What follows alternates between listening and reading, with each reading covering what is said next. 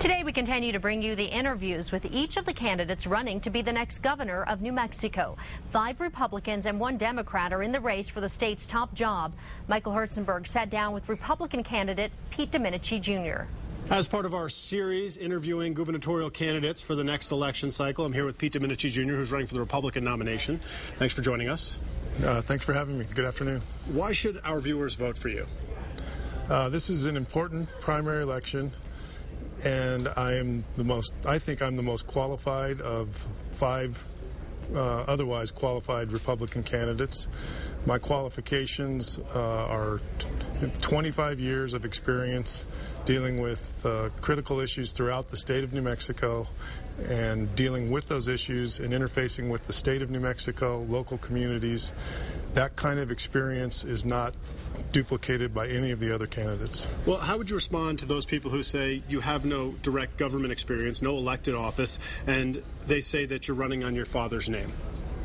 I would respond that I've never been elected. That's true. The other candidates have never been elected to a statewide office, and many times that's not necessarily a good qualification anyways. I have many years of experience dealing with complex issues that involve essential government functions throughout the state of New Mexico in virtually every corner and county of the state. And that experience is very similar to what is needed by the governor in terms of dealing with both the legislature and dealing with the constituents and the communities that comprise the state. And for our viewers, a legal background. You're a lawyer and you specialize in environmental law.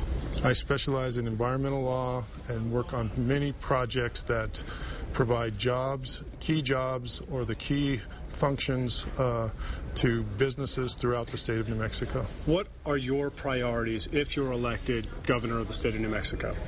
My priority is really to do a multitask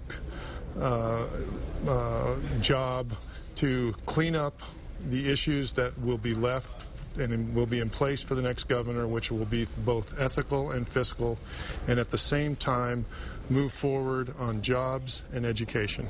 We just finished a special session where they balanced the $500 million budget deficit with a mix of cuts to government as well as tax increases. How would you have filled that $500 to $600 million hole? I would have looked at the 3 fundamental components of the state budget, which are the general government, the Medicaid and health services, and the education, which is over 60+%.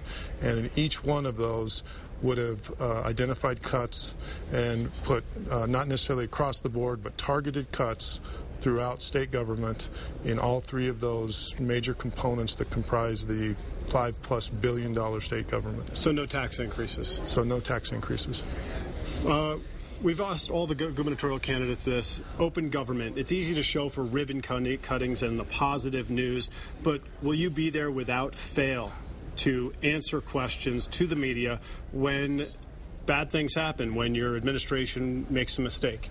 Yes, we will. Yes, that's and as part of the campaign, we expect there might be controversial or difficult questions, and certainly as part of serving as governor, the media and the public information is critical to effective government.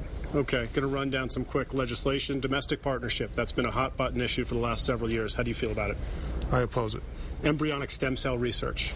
I oppose it. Ethics reform.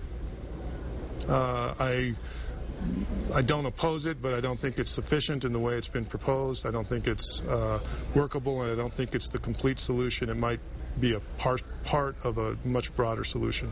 Okay, sir. I appreciate your time. We've run out of time. Thank you very much. Thank you. Thanks for having me. No problem.